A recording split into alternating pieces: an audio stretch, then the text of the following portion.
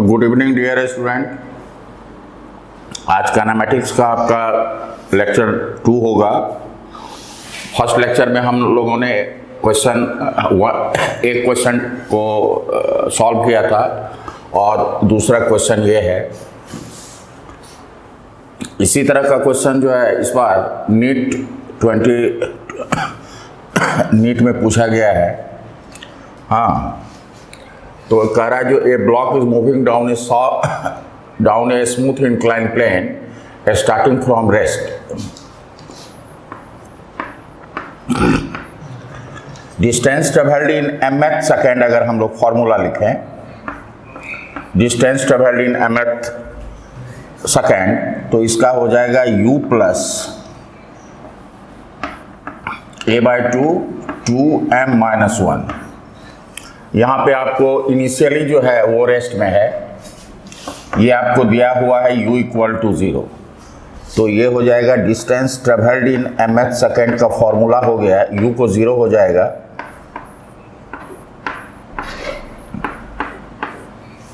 ये हो गया when u = 0। आपको रेशियो निकालना है distance travelled in nth second divided by distance travelled in n+1 second. तो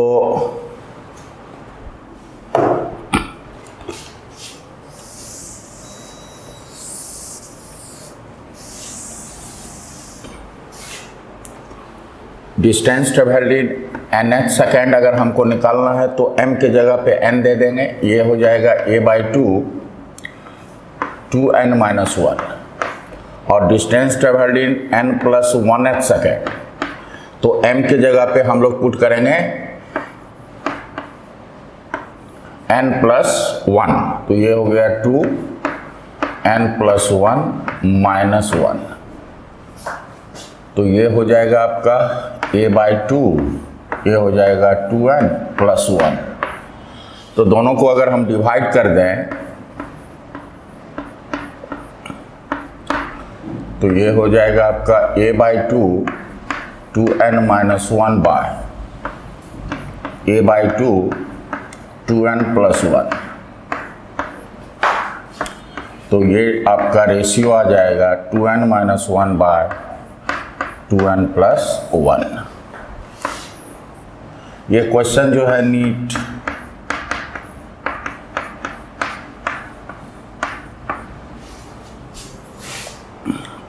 में दिस ईयर पूछा गया है।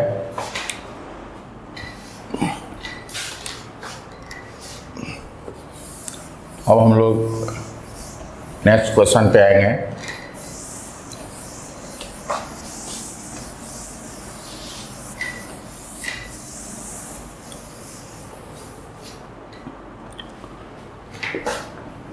क्वेश्चन नंबर 3 देखिए।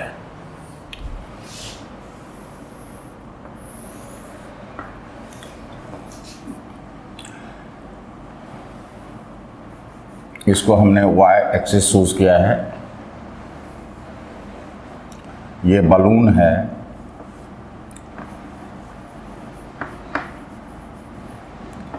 ये कांस्टेंट वेलोसिटी 7 मीटर पर सेकेंड से मूव कर रहा है और इस पे एक स्टोन है। ये स्टोन यानी ये बलून जब ग्राउंड से 60 मीटर पे जाता है उस समय ये स्टोन जो है बलून से सेपरेट हो जाता है। तो आपको निकालना है जो इस स्टोन को, हाँ, जब सेपरेट हुआ वहां से ग्राउंड तक पहुंचने में कितना टाइम लगेगा। ये आपका ग्राउंड है। क्वेश्चन है when balloon reached at a height 60 meter from ground,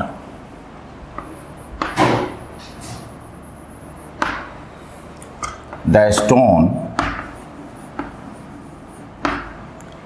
is separate, a stone is separated from the balloon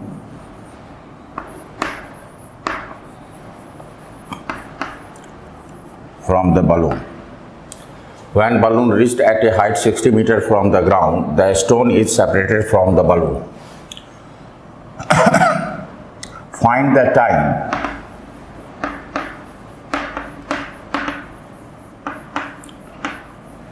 taken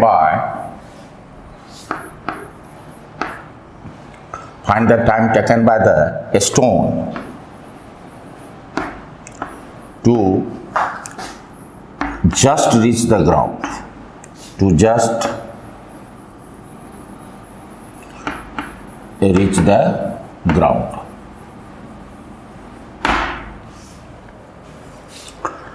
तो यहाँ पे बहुत बच्चे कंफ्यूज हो जाते हैं, उनको लगता है यहाँ से ड्रॉप होगा तो वो नीचे जाएगा, जबकि ये नीचे नहीं जाएगा। अगर बलून का स्पीड 7 मीटर पर सेकेंड अपवर्ड है तो इसकी भी वेलोसिटी जब वो सेपरेट हो रहा है तो स्टोन की भी वेलोसिटी होगी 7 मीटर पर सेकेंड और उसका डायरेक्शन क्या होगा, अपवर्ड होगा। यानी बलून पहले, ये स्टोन पहले ऊपर जाएगा और फिर उसकी वेलोसिटी 0 होगी और फिर वो नीचे फॉल करना शुरू करेगा। मान लीजिए ग्राउंड को P पॉइंट पे हिट करता है T टाइम में, और यहाँ पे हम मान लेते हैं इसको ओरिजिन, ये हमारा पॉजिटिव वाई एक्सिस है, और T इक्वल टू 0 पे बलून जो है, ये स्टोन जो है 60 मीटर पे है। इनिशियली स्टोन अपवर्ड जाएगा, ग्रेविटी के अगेंस्ट मूव कर रहा है तो उसकी स्पीड घटती जाएगी, मैक्सिमम हाइट पे उसकी वेलोसिटी 0 होगी, वहां से वो नीचे गिरना शुरू करेगा।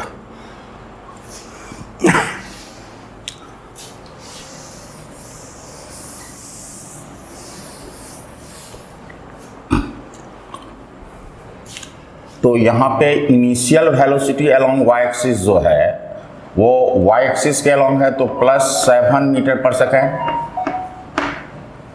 उसके बाद एक्सीलरेशन अलोंग वाई एक्सिस, चूंकि जी का डायरेक्शन ऑलवेज वर्टिकली डाउनवर्ड होता है तो इसका हम वाई एक्सिस के अलोंग कंपोनेंट लेंगे तो ये -g होगा और g को हम 10 ले रहे हैं।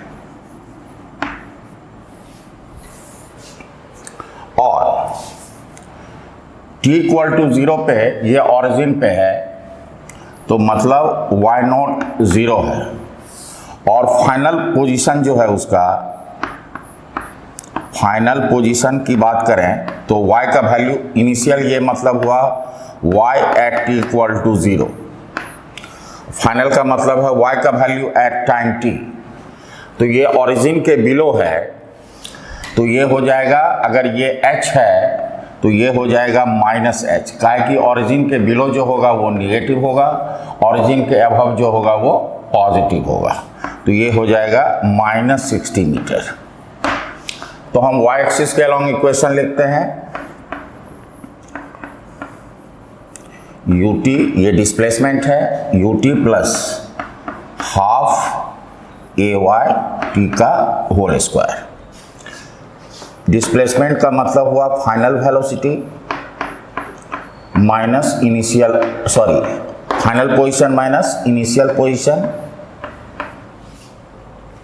uy है आपका +7 t, ay -g है तो ये हो जाएगा -12 या प्लस रहने दीजिए, ये हो जाएगा -10 t²।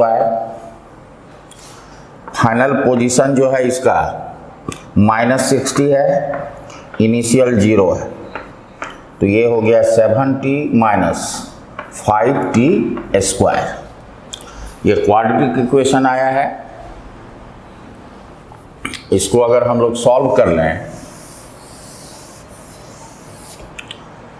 तो ये हो जाएगा आपका 5t² - 7t - 60 इक्वल टू 0।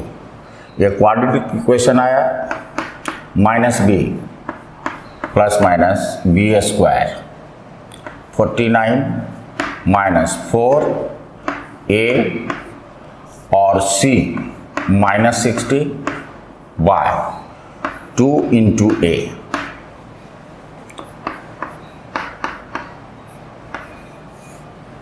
ये हो जाएगा आपका प्लस हो जाएगा 49 प्लस ये हो जाएगा 1200 बाई 10।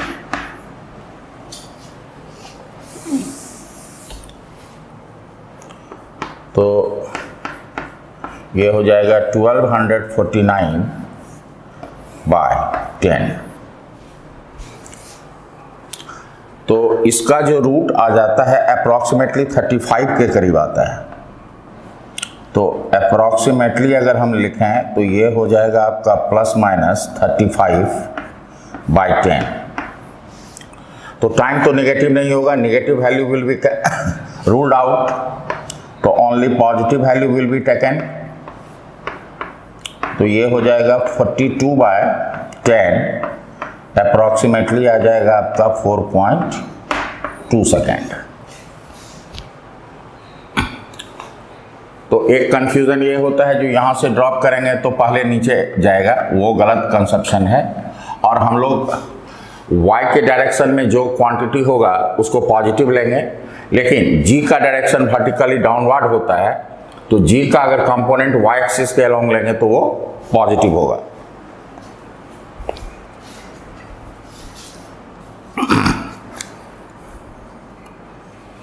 अब हम लोग नेक्स्ट क्वेश्चन 4 पे आते हैं।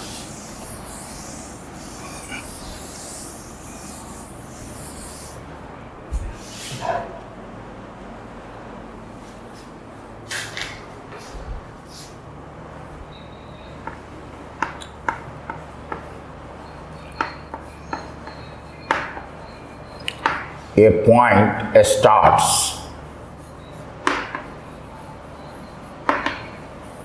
moving in a straight line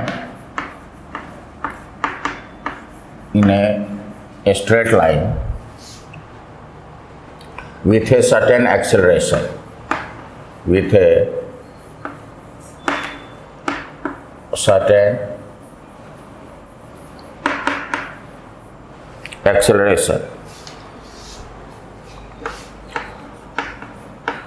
at a time t after beginning of the motion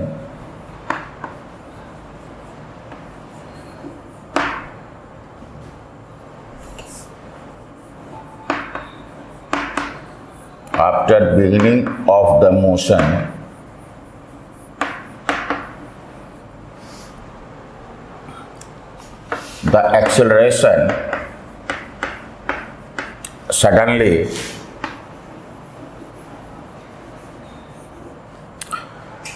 becomes a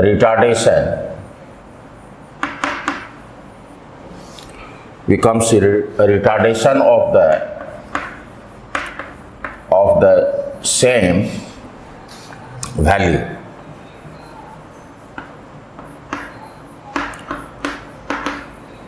The time in which the point return to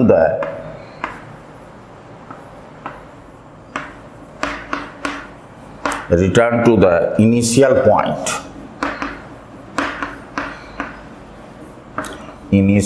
point is, अगर ऑप्शन दें आपको 2 + √2t c में 1/√2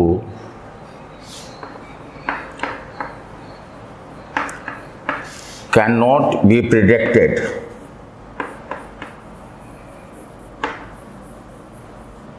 unless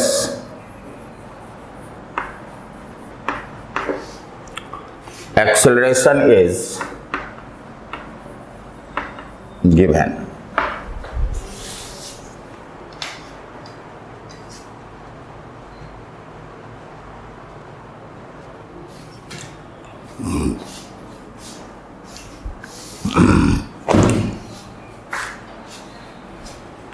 A point starts moving in a straight line with a certain acceleration. At a time t, after beginning of the motion, the acceleration suddenly becomes a retardation of the same value. The time in which the point returned to the initial position is.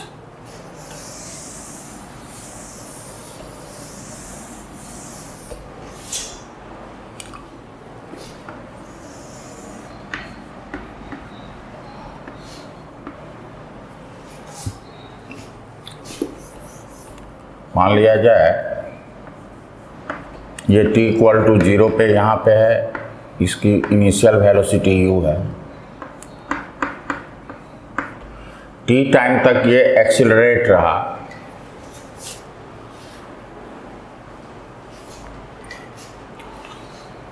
और उसके बाद retardation शुरू हो गया a के बाद, तो u से v आया।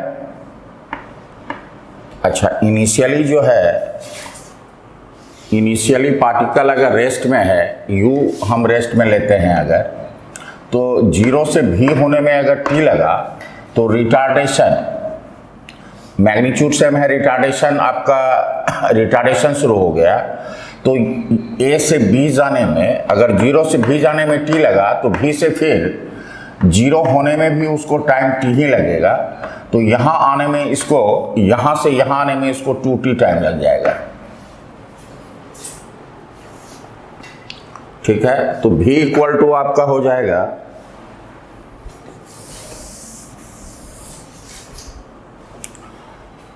ये t1 t हुआ अगर, तो t2 हो गया 2t। तो v इक्वल टू हो जाएगा, u तो 0 है, प्लस at। यहाँ पे स्टॉप हुआ, एक्सीलरेशन का डायरेक्शन इधर है, तो O से B जाने में इसको टाइम लग रहा है 2t। अब यहां से यहां आने में, जहां पे t का वैल्यू हो जाएगा, यहाँ से अगर हम टाइम निकालना चाहते हैं तो v/a हो जाएगा। ओ, ये तो t दिया ही हुआ है आपका। अब यहाँ से यहाँ आने में v2o, अगर ये डिस्टेंस x है तो ये भी डिस्टेंस x होगा, और x इक्वल टू हो जाएगा आपका, u तो 0 है, ये हो जाएगा हाफ at²। तो आइए हम v2o के लिए, यहाँ से यहाँ आने में हम कह रहे हैं t3 टाइम लग रहा है। तो ये हो जाएगा, यहाँ से यहाँ आने में डिस्टेंस ट्रेवल किया 2x, initial velocity 0, t3 plus half, यहाँ से ये एक्सेलरेशन a है, तो ये हो जाएगा हाफ a t3 का होल स्क्वायर। तो यहाँ से देखिए, ये तो 0 हो गया, ये हो गया 2x equal to half a t3 का होल स्क्वायर। यहाँ से x का अगर हम लोग वैल्यू पुट करें तो ये हो जाएगा आपका half a t² equal to half a t3 का होल स्क्वायर।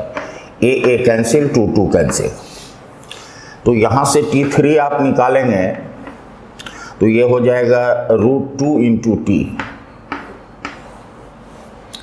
यहाँ से यहाँ जाने में हमको लग रहा है 2t टाइम, यहाँ से यहाँ आने में लग रहा है t3 टाइम। तो टोटल टाइम जो हो जाएगा वो हो जाएगा 2t प्लस ये हो जाएगा √2 × t, यानी टोटल टाइम O से B जाने में और B से O आने में ये हो जाएगा 2 + √2 × t।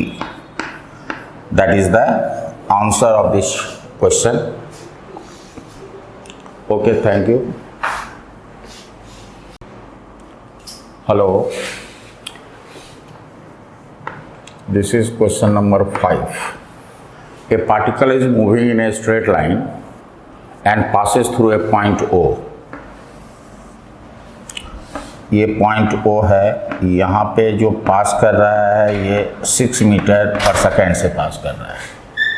The particle moves with a constant retardation of 2 meter per second square for 4 second. 4 second तक ये रिटार्डेशन में है.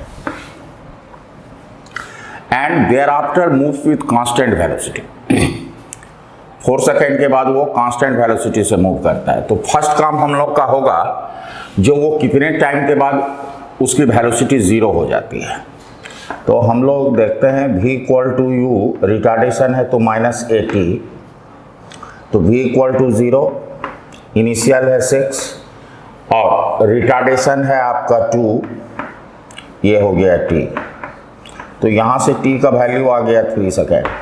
मतलब पार्टिकल O से A पे आता है और इसकी वेलोसिटी 0 हो जाती है. ये t इक्वल टू 0 का कंडीशन है और ये t इक्वल टू 3 सेकेंड में उसकी वेलोसिटी 0 हो जा रही है.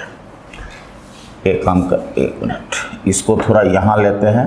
ये A है, यहाँ पे ये वेलोसिटी 0 हो जा रहा है t इक्वल टू 3 सेकेंड पे, लेकिन ये रिटार्डेशन में 4 सेकेंड है.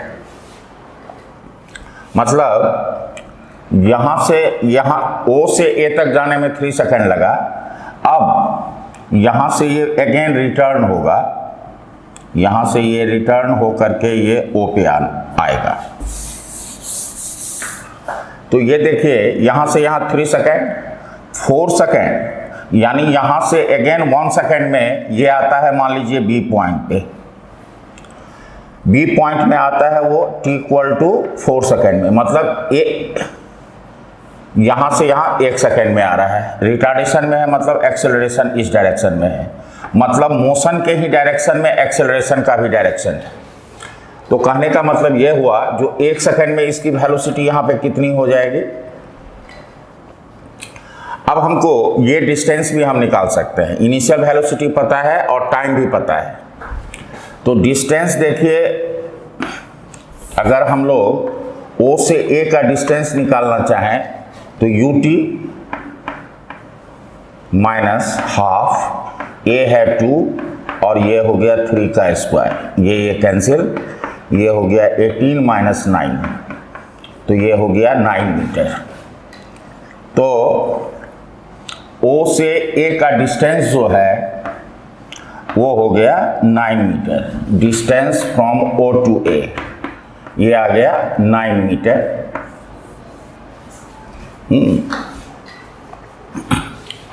अब आप देखें,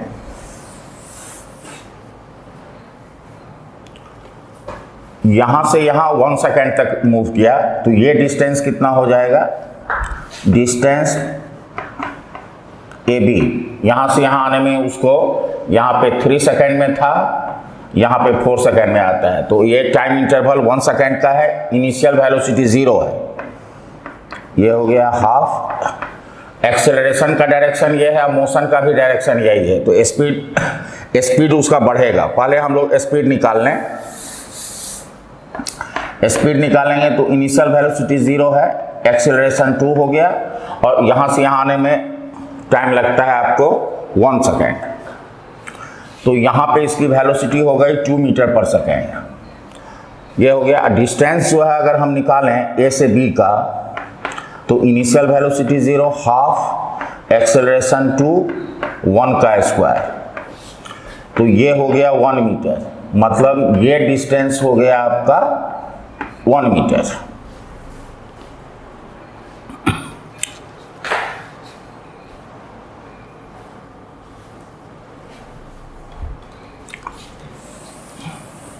तो ये डिस्टेंस निकाल लिया. ये टोटल है 9 मीटर. तो O से B का डिस्टेंस हो गया आपका 8 मीटर. और यहाँ पे इसके बाद ये कांस्टेंट वेलोसिटी से मिलता है आफ्टर 4 सेकेंड. हाँ, वो कांस्टेंट वेलोसिटी एक्वायर कर लेता है. तो यहाँ से यहाँ कांस्टेंट वेलोसिटी से ये मूव करता है. तो टाइम इक्वल टू हो जाएगा डिस्टेंस बाय स्पीड. तो डिस्टेंस है 8, स्पीड है 2, तो ये हो गया 4 सेकेंड. तो टोटल टाइम जो लगा आपको टोटल टाइम, तो O से A जाने में प्लस A से B जाने में प्लस, और अगर हम इसको C कहते हैं तो B से C जाने में, C वही पॉइंट है जो O है, तो ये हो जाएगा B से C जाने में। तो यहाँ से यहाँ आने में उसको 3 सेकेंड लग रहा है, यहाँ से यहाँ आने में 1 सेकेंड, और यहाँ से B से C आने में उसको 4 सेकेंड लग रहा है। तो टोटल टाइम जो लगा उसको 8 सेकेंड। तो इसका ऑप्शन आपका हो जाएगा बी।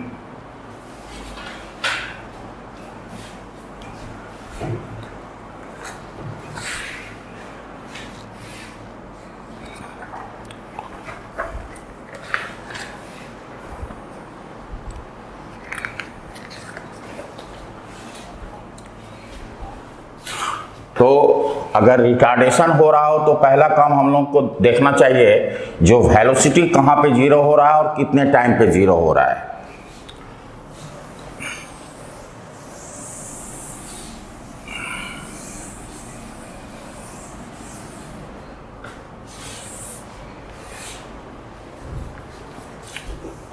क्वेश्चन नंबर 6 है,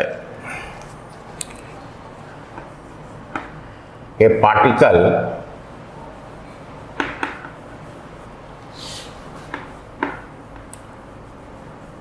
traversed half of a circle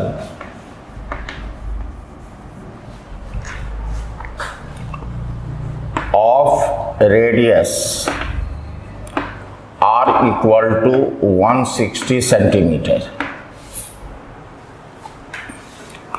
during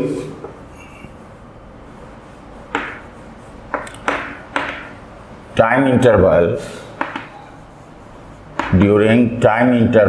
tau equal to 10 second.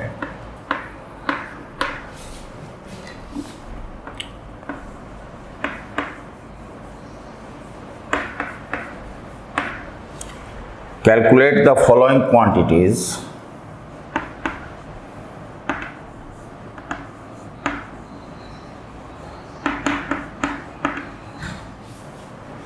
Averaged over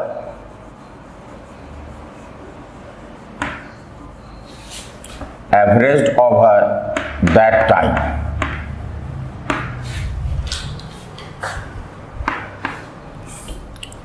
first है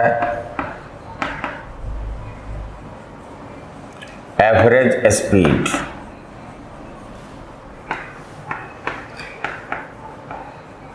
दूसरा है magnitude of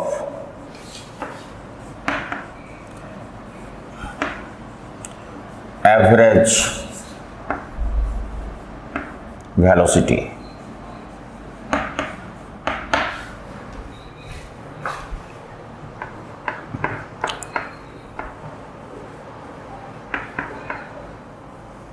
magnitude of average acceleration if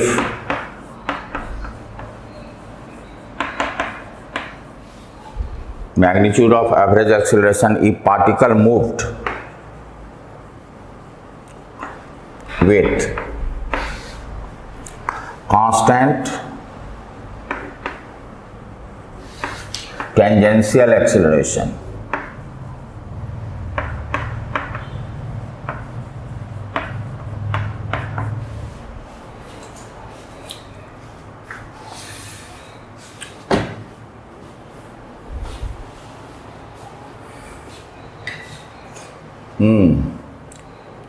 radius दिया हुआ है आपका 160 सेंटीमीटर और टाइम दिया हुआ है 10 सेकेंड। हाफ सर्किल को ट्रैवर्स करता है, तो आपको निकालना है फर्स्ट में एवरेज स्पीड।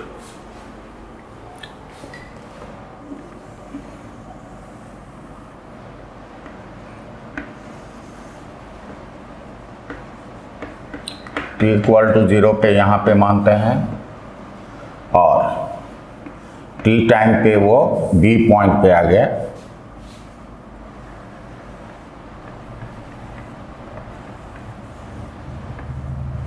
यहाँ पे इसकी वेलोसिटी जो होगा v1 है, और यहाँ पे अगर हम वेलोसिटी की बात करें तो v2 है।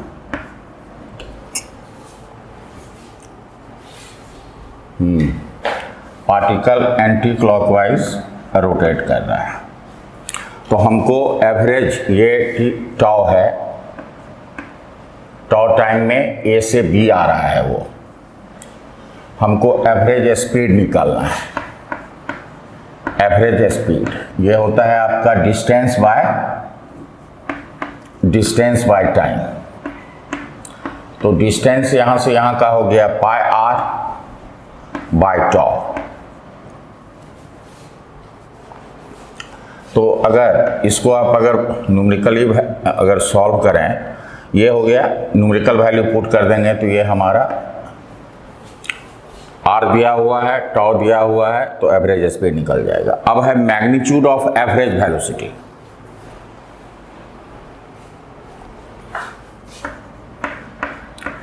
एवरेज वेलोसिटी का मैग्नीट्यूड यानी डिस्प्लेसमेंट का magnitude divided by time interval. तो डिस्प्लेसमेंट का अगर रेडियस है r, तो डिस्प्लेसमेंट का मैग्नीट्यूड हो गया 2r बाय टाउ। तो ये आपका निकल गया एवरेज वेलोसिटी का मैग्नीट्यूड। r दिया हुआ है, टाउ दिया हुआ है। अब थर्ड जो है, ये कह रहा है magnitude of average acceleration if particle move with constant tangential acceleration। Tangential acceleration जो होता है वो होता है वेलोसिटी का magnitude,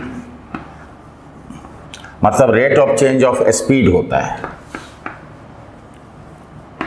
rate of change of speed होता है ये, और ये दिया हुआ है कांस्टेंट।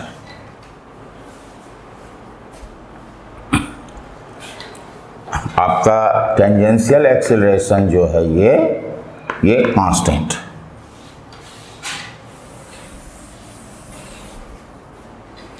तो एवरेज एक्सेलरेशन अगर हम लिखें तो ये होगा change in velocity by time interval.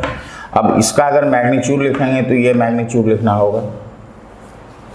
अब डेल्टा भी का डेल्टा भी अगर आप लिखोगे तो ये होगा final velocity minus initial velocity. ये है आपका फाइनल वेलोसिटी जो होगा इसका v2, और ये हो गया माइनस जे कैप माइनस इनिशियल वेलोसिटी का मैग्नीट्यूड है v1, और ये है आपका जे कैप। तो ये हो जाएगा v1 प्लस v2 माइनस जे कैप।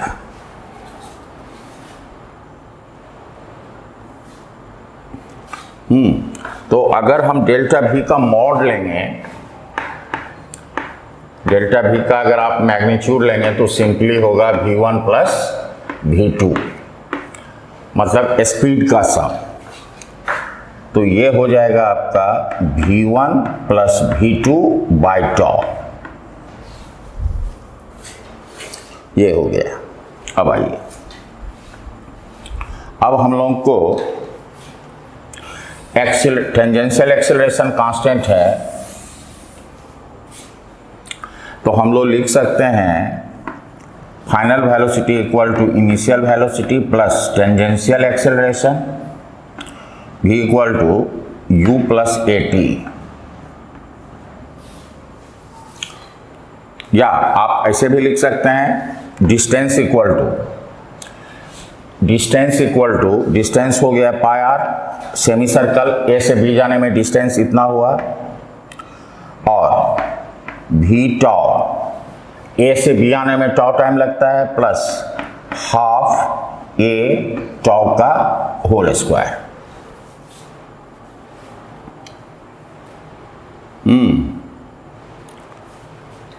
अब अगर हम लोग यहां से टाउ से डिवाइड कर दें तो ये हो जाएगा v1 प्लस हाफ ए टॉ।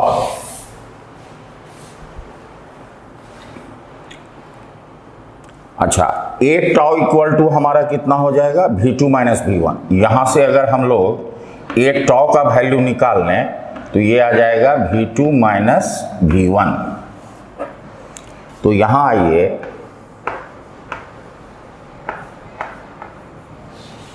हम लोग को एक्चुअली v1 प्लस v2 का वैल्यू निकालना है। तो देखिए v1 प्लस हाफ और ए टॉ का वैल्यू हो जाएगा आपका v2 माइनस v1। अगर हम 2 से मल्टीप्लाई कर देते हैं,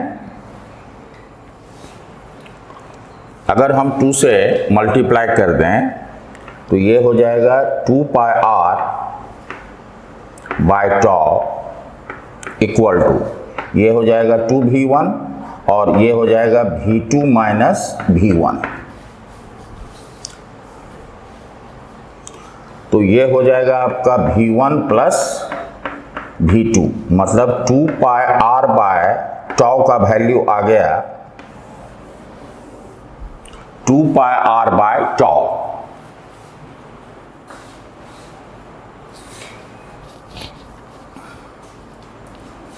तो आइए हम लोग v1 प्लस v2 का वैल्यू पुट कर दें तो हमारा रिजल्ट निकल जाएगा।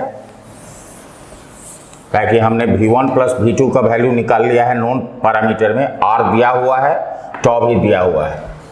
तो एवरेज एक्सेलरेशन का मैग्नीट्यूड जो है ये है v1 प्लस v2 बाय टॉ।